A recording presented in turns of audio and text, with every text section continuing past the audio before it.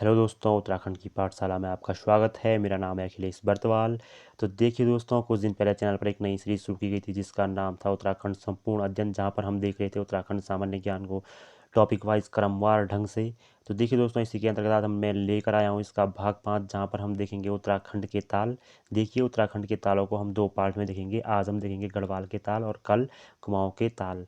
ये सभी इंपॉर्टेंट है उत्तराखंड की सभी प्रतियोगी परीक्षाओं के लिए, जैसे वीडियो, बीपीडीओ, कनिष्ठ सहायक, पटवारी, लेखपाल या अन्य कोई भी ऐसा एग्जाम जहां उत्तराखंड से संबंधित प्रश्न पूछे जाते हैं।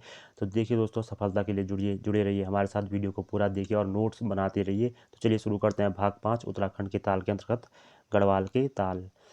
देखिए दोस्तों, सबसे पहले हम शुरू करेंगे उत्तरकाशी के तालों से। देखिए, उत्तरकाशी का जो पहला ताल हम यहाँ पर ले रहे हैं वो है केदार ताल। देखिए, यहाँ पर जो थलैया सागर पर्वत श्रृंखला है वहाँ पर स्थित है केदार ताल। यहाँ पर उत्तरकाशी में जो थलैया सागर पर्वत श्रृंखला के बीच में जो स्थित ताल है वो है केदार ताल। अगला जो हमारा ताल है वो है डोडी ताल। देखिए, डोडी ताल की अगर हम बात करें तो 6 कोनों वाला ताल है डोडी ताल, और सुंदर मछलियों वाला ताल भी है डोडी ताल। देखिए, 6 कोनों वाला जो ताल है वो है डोडी ताल, और सुंदर जो मछलियों वाला ताल है वो भी है डोडी ताल। देखिए, यहाँ पर जो फोटो है वो है केदार ताल का। अगला जो है हमारा काणा ताल। देखिए, बिना जल वाला ताल है काणा ताल। काणा ताल उत्तरकाशी में जो है वो है बिना जल वाला ताल। आगे देखेंगे, अगला ताल है फाचकंडी ताल। देखिए, फाचकंडी ताल का जल गर्म जल का ताल ही है, उबलते जल का ताल इसे कहते हैं फाचकंडी ताल। आगे देखिए, खिड़ा ताल। अत्यंत स्वच्छ जल का ताल कहा जाता है खिड़ा ताल को। अत्यंत स्वच्छ जल का ताल खिड़ा ताल को कहा जाता है। अगला जो ताल है वो है रोहिसाड़ा ताल। देखिए, रोहिसाड़ा ताल की अगर हम बात करें तो स्वर्गारोहणी हेतु मार्ग यहीं से जाता है। जो स्वर्गारोहणी का मार्ग जिसको बताया गया कि पांडव यहीं से स्वर्ग गए थे, स्वर्गारोहणी जो शिखर है वहाँ पर जो मार्ग जाता है वो रोहिसाड़ा ताल के पास से ही गुजरता है। अगला जो ताल है वो है भरासण ताल। देखिए, भरासण ताल इंपॉर्टेंट हो जाता है क्योंकि भरासण ताल को कहा जाता है उत्तराखंड का मानसरोवर।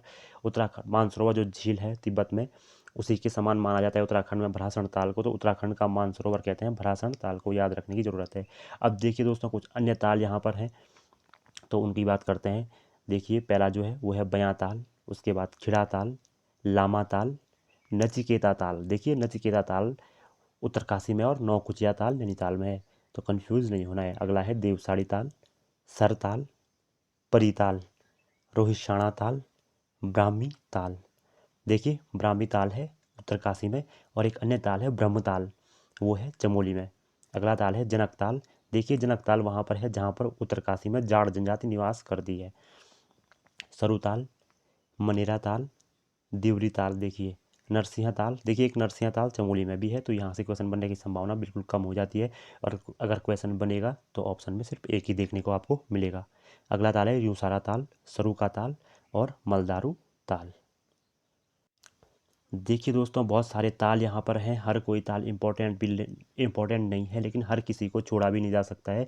इसलिए हमें क्या करना है कि हर किसी ताल को याद करने की कोशिश करनी है, या थोड़ा सा रिलेट करने की कोशिश करनी है, जिससे कि एग्ज़ाम में हमें याद आ जाए।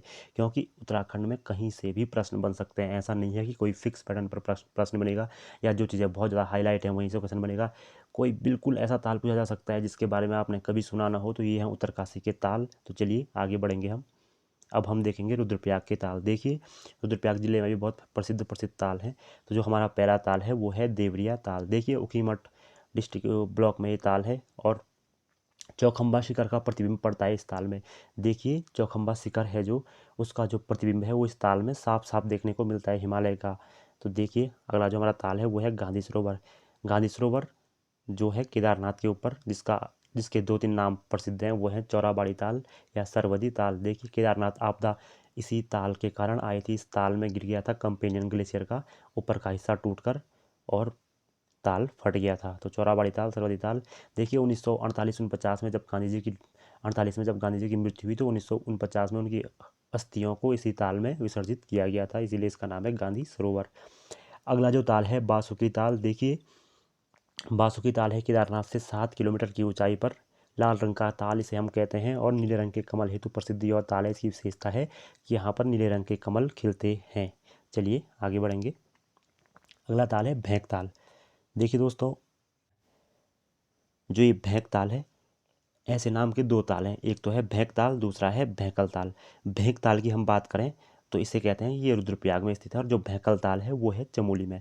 भेंक ताल की बात करें तो अंडाकार ये ताल है, बिल्कुल अंडाकार आकृति का ये ताल है। अगले जो कुछ ताल हैं वो है बदानी ताल। देखिए बदानी ताल रंग बिरंगी मछलियों के लिए प्रसिद्ध है।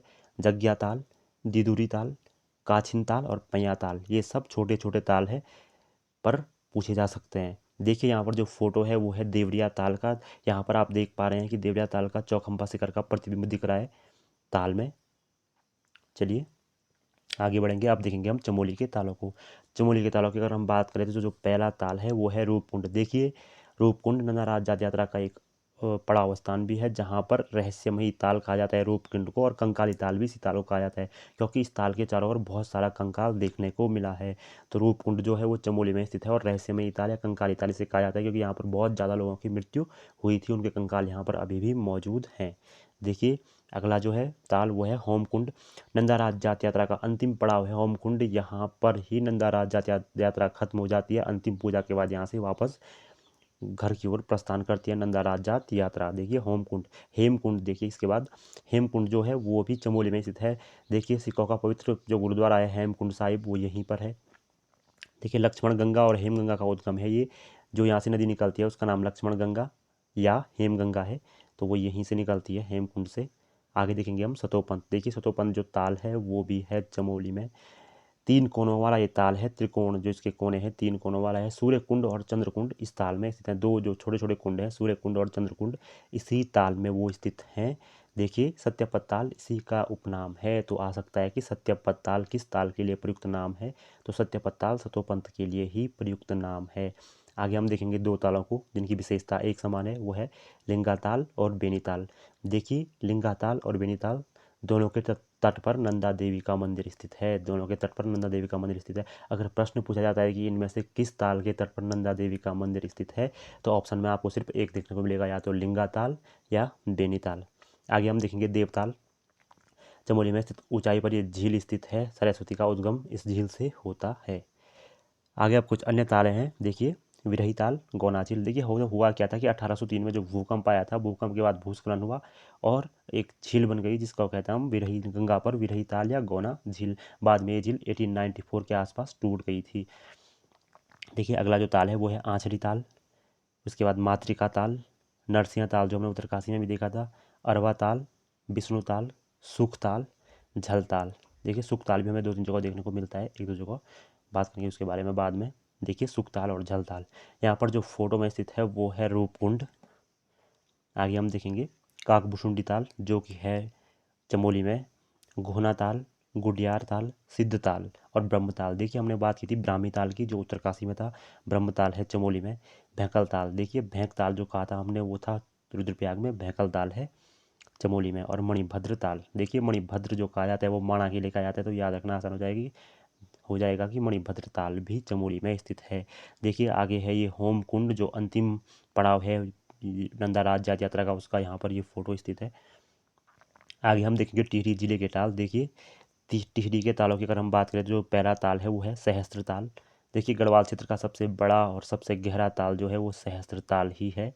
आगे देखेंगे यमताल, सदैव बर्फ से ढका रहने वाला ताल है यमताल। देखिए दोस्तों यमताल के बारे में मुझे बहुत ज़्यादा कन्फ्यूजन है, क्योंकि मैंने कई जगह पढ़ा है कि यमताल टिहरी में है, लेकिन जो उत्तराखंड ज्ञान कोश है उसमें बताया गया है कि यमताल उत्तरकाशी में स्थित है शायद। तो देखिए दोस्तों अगर कोई जानता है कि यमताल कहाँ पर है या किसी के घर के पास स्थित है या किसी कोई वहाँ गया है, तो हमें बता सकता है कि यमताल एग्जैक्ट लोकेशन कहाँ पर है। ज़्यादातर सोर्स तो उसे टिहरी ही मानते हैं।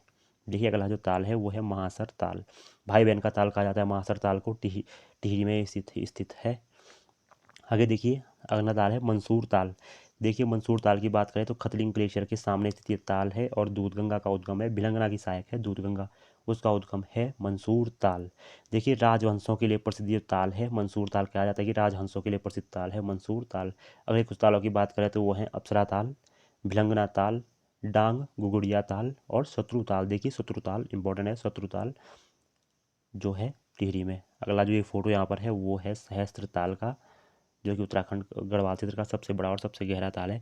आगे देखेंगे पौड़ी के तालों को, तो पौड़ी में कुछ ही ताल हैं जो यहाँ पर हैं, ताराकुंड, दुग्ध कुंड, भुला ताल, हाथी कुंड।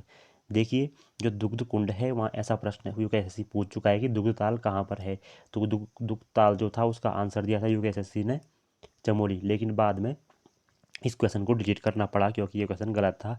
तो हो सकता है कि इसका सही आंसर पौड़ी ही था, दूध कुंड को ही वहाँ पर दूध ताल कह दिया था। देखिए यहाँ पर जो फोटो है वो है भूला ताल का। भूला ताल जो है वो पौड़ी में स्थित है।